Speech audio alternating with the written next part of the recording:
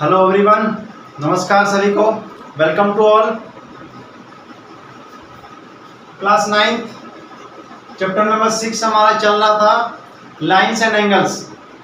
तो हमारे शो के अगले एपिसोड में आज हम एक्सरसाइज 6.2 है, उसमें एक एग्जाम्पल दे रखा है आपको। इम्पोर्टेंट एग्जाम्पल है बच्चों। वो एग्जाम्पल नंबर 4 है, ठीक है, उसको हम समझेंगे। जो बच्चे पहली बार ये देख रहे हैं वो राइट साइड में एक रेड कलर का बटन दे रखा है, उसको दबाइए, सब्सक्राइब कीजिए, बेल आइकन को क्लिक कीजिए और शेयर कीजिए अपने फ्रेंड्स को, पढ़ने वाले मित्रों को, ठीक है। चलिए करते हैं ये क्वेश्चन। पहले समझते हैं क्वेश्चन क्या दे रखा है आपको। क्वेश्चन को सोल्व करने से पहले आप क्वेश्चन को समझिए, क्वेश्चन की लैंग्वेज समझिए बच्चों कि क्या दे रखा है और क्या फाइंड आउट करना है। अगर आपको क्वेश्चन में इतना समझ आ गया कि दे क्या रखा है, तो इसका मतलब कि 20 से 50% तक क्वेश्चन आपने कर लिया है। जब क्वेश्चन ही समझ में नहीं आया कि क्या दे रखा है, कैसे करना है, तो आप उसको सॉल्व कैसे कर पाओगे? नहीं कर पाओगे। तो देखिए, आपको दे रखा है कि PQ एंड RS, ये दो लाइन्स है बच्चों, पैरेलल दे रखी है, समानांतर दे रखी है एक दूसरे की। पैरेलल लाइंस वो होती है जो शुरू से लेके एंड तक कभी इंटरसेक्ट नहीं करती है, उनके बीच की डिस्टेंस हमें क्या रहती है? हमेशा इक्वल रहती है, राइट। और क्या दे रखा है आपको? एंगल MXQ कहाँ है? देखिए MXQ, ये वाला एंगल दे रखा है 135। दूसरा दे रखा है एंगल MYR, ये दे रखा है एंगल 40 डिग्री।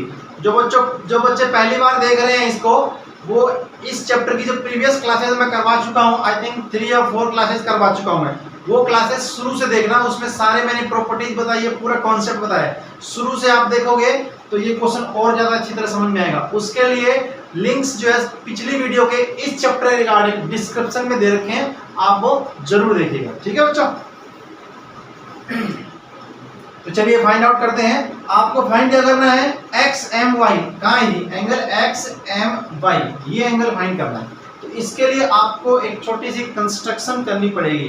क्या कंस्ट्रक्शन करनी पड़ेगी?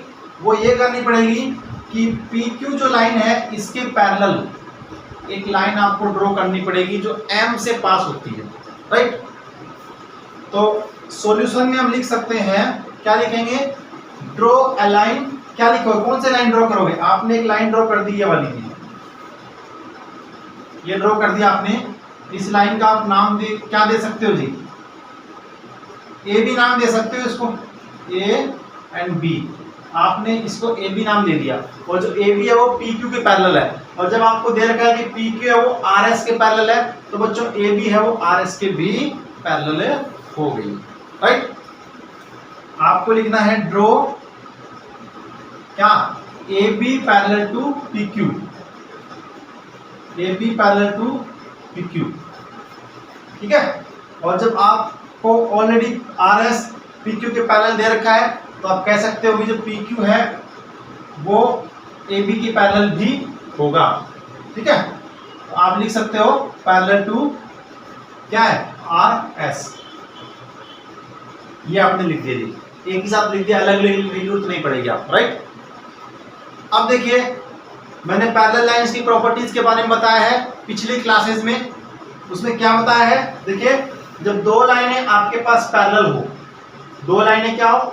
पैरेलल हो, और एक लाइन किस तरह से ट्रांसवर्सल हो, जो इन दोनों पैरेलल लाइन को इंटरसेक्ट करती है, तो मैंने बताया है ये जो कोइंटीरियर एंगल होते हैं, ये वाला एंगल और ये वाला एंगल, जो ट्रांसवर्सल के सेम साइड होते हैं, इन दोनों एंगल्स का सम 180 डिग्री होता है बच्चों। कितना होता है? 180 डिग्री। तो यहाँ पे ये एंगल प्लस ये एंगल, दोनों का सम कितना हो जाएगा? 180 डिग्री हो जाएगा। इसको मैं कह सकता हूँ एंगल 1 और एंगल 2 नाम दे दिया जी, ठीक है। एंगल 1 एंगल 2 आप शॉर्ट में लिख सकते हो, ताकि आपको 3 वर्टिसेस से नहीं लिखना पड़े। इसको आप XMB ये भी लिख सकते हो, और शॉर्ट में एंगल 1 भी लिख सकते हो, ठीक है। तो क्या हो जाएगा? इन दोनों एंगल का सम हो जाएगा 180 डिग्री। तो लिखोगे यहाँ पे, जब ये दोनों पैरेलल है तो आपको लिखना है एंगल क्या है? MXQ प्लस क्या लिखोगे? एंगल 1, इन दोनों का सम हो गया 180 डिग्री। सम ऑफ को इंटीरियर एंगल्स कह सकते हो इनको आप, ठीक है। सम ऑफ को इंटीरियर एंगल्स, ठीक है। को इंटीरियर एंगल्स हो गई है, दोनों इंटीरियर है पैरेलल लाइन के और ट्रांसवर्सल के सेम साइड है। और यहां से क्या होगा, ये आपके पास कितना दे रखा है 135 दे रखा है जी, प्लस एंगल 1 कितना हो जाएगा 180 डिग्री। तो आप मुझे बताइए एंगल 1 कितना हो जाएगा 130, इधर जाके आप माइनस कर दोगे बच्चों। सो एंगल 1 हो गया 180 माइनस का 135, कितना आएगा 135 माइनस करोगे तो एंगल 1 45 डिग्री आएगा। कितना आएगा 45, यानी कि ये एंगल आपके पास 45 डिग्री आ गया। समझ में आ गई मेरी बात। अब ये 45 आ गया तो ये कितना आएगा, मैं इसको रब कर दे रहा हूं, आपने ये निकाल लिया बच्चों 45 डिग्री। अब ये एंगल इसके इक्वल होगा, क्यों होगा, क्योंकि ये दोनों पैरेलल है और जेड की शेप में एंगल बन रहे हैं बच्चों। क्या बन रहे हैं, जेड की शेप में एंगल बन रहे हैं। और जेड की शेप में एंगल बन रहे हो, अगर ये दो लाइनें पैरेलल दी गई हो तो वो दोनों एंगल ऑल्टरनेट इंटीरियर होकर इक्वल कहलाएंगे। ये मैंने बताई हुई है प्रीवियस क्लासेस में, जो पहली बार देख रहे हैं वो देख लेना सारी प्रॉपर्टीज, क्योंकि जो फर्स्ट क्लास मैंने ली है इस चैप्टर की, अगर वो क्लास बच्चे ने नहीं ली है आप लोगों में से, तो ये चीजें जो है वो ज्यादा समझ में नहीं आएगी उसकी। अगर वो ऑलरेडी बच्चा जानता है प्रॉपर्टीज के बारे में तभी समझ में आएगी, इसलिए वो पहली वाली क्लास, दूसरी तीसरी जो भी क्लास मैंने कराई है वो जरूर देखना आप, ठीक है। अब लिखेंगे नाउ जब AB एंड RS पैरेलल है, AB पैरेलल टू RS, तो क्या हो जाएगा एंगल 2 एंगल इसके बराबर हो जाएगा। देन एंगल 2 इक्वल टू, इसे क्या नाम दोगे, एंगल MYR। क्यों होगा, alternate interior angles, alternate interior angles, short में लिख दिया मैंने बच्चों ऑल्टरनेट इंटीरियर एंगल्स, ठीक है। और एंगल 2 इक्वल टू MYR कितना है, ये वाला 40 डिग्री है ये। तो बच्चों ये आ गया 40 और ये आपके पास कितना आया था 45 आया था, राइट। दोनों को प्लस करोगे तभी तो आपके पास XMY आएगा, XMY ये फाइंड करना है। हेंस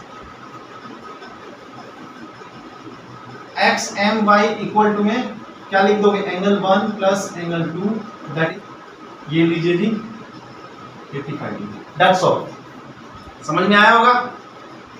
ये आपका एग्जांपल नंबर 4 है एक्सरसाइज 6.2 से पहले। इसके बाद में एक क्वेश्चन और कर लेते हैं हम लोग, एक्सरसाइज 6.2 का पहला क्वेश्चन और कर लेते हैं, राइट। इसी एक्सरसाइज का लास्ट क्वेश्चन जो है मिरर वाला क्वेश्चन है, विद कॉन्सेप्ट मैं करवा चुका हूं पिछली क्लासेस में, देख लेना कौन सी क्लास में मैंने करवाया है, डिस्क्रिप्शन में उसका लिंक दे रखा है। तो 6.2 का जो पहला क्वेश्चन है वो क्या है, इसमें आपके पास दो लाइनें दे रखी है जो कि पैरेलल है। क्या है बच्चों, 6.2 का क्वेश्चन नंबर 1 है एक्सरसाइज, उसमें 2 लाइंस दे रखी है, आपको ध्यान से समझना है इस क्वेश्चन को। और ये लाइन दे रखी है ट्रांसवर्सल, ये ट्रांसवर्सल लाइन है। ये दो लाइनें कौन सी है, AB और CD है जी। ये A है, B and this one is C, और ये कौन सी है, D है। और जो ट्रांसवर्सल लाइन दे रखी है वो, उसको आप क्या नाम दे सकते हो, उसको आप अपनी मर्जी से PQ नाम दे दो जी। वैसे इसे दे नहीं रखा है, अपनी मर्जी से आप लिख दो PQ। और क्या दे रखा है आपको, ये 50 और X दे रखा है जी। ये वाला एंगल दे रखा है 50 डिग्री और ये दे रखा है X। और क्या दे रखा है आपको, ये दे रखा है Y और ये दे रखा है 130 डिग्री। कितना दे रखा है जी, 130 डिग्री दे रखा है। आपको इसने पूछा है X और Y की वैल्यू और फिर शो करना है AB पैरेलल टू CD। मतलब क्या हुआ बच्चों, AB और CD आपको पैरेलल नहीं दे रखी है, यहाँ पे आपको शो करना है। क्या करना है, शो करना है कि AB है वो CD के पैरेलल होगी। दे नहीं रखी है, गिवन में नहीं है, गिवन में बस इतना ही है, ये 50 है, ये x है, ये y है 130, बस इतना दे रखा है। तो देखिए सबसे पहले हम फाइंड आउट कर लेते हैं x और y की वैल्यू। तो यहाँ से सिंपल सा बहुत ही आसान है। तो जो प्रॉपर्टीज मैंने बताई आपको प्रीवियस क्लासेस में, जिसने देखी है पहले वाली क्लासेस, वो तो उसको 1 मिनट में हल कर देंगे भाई। ये तो लीनियर पेयर से कितना आ जाएगा 130। सॉल्यूशन करेंगे इसका कि क्या सॉल्यूशन करेंगे, x प्लस एंगल ये जो 50 डिग्री है इन दोनों का सम आ जाएगा 180 डिग्री। कैसे आएगा, बाय लीनियर पेयर। यहाँ पे लिखोगे लीनियर पेयर और x आ गया, माइनस कर देंगे इधर जाके तो 130 डिग्री। सिंपल इक्वेशन है ये, x 130 डिग्री आ गया।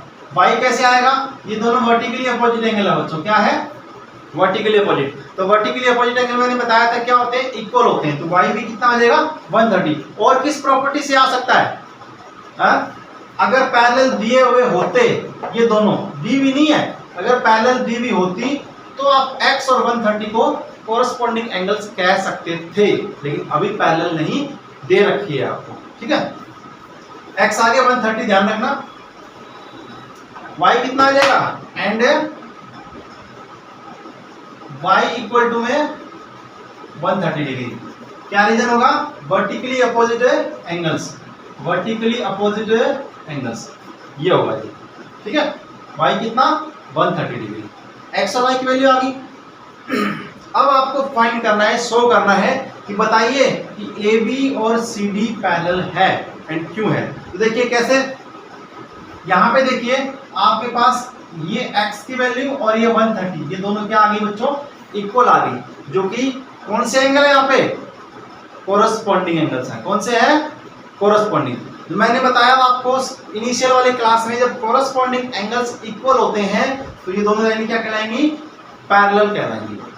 और अगर ऑलरेडी आपको दे रखा है ये दोनों पैरेलल है तो ये कोरस्पॉन्डिंग एंगल्स क्या होंगे, इक्वल होंगे। ऑल्टरनेट इंटीरियर एंगल्स भी क्या होंगे, इक्वल होंगे, ठीक है। y 130 आ गया ना।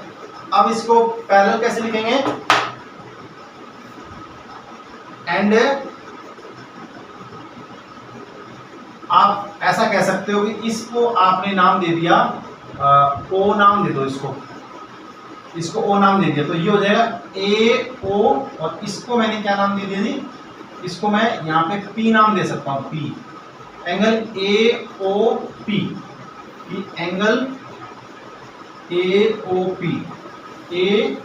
पी। ये जो x है एक्चुअली में वो किसके बराबर है, इसके बराबर है। और ये कौन सा एंगल है, CPQ, एंगल CPQ। समझ में आई बात।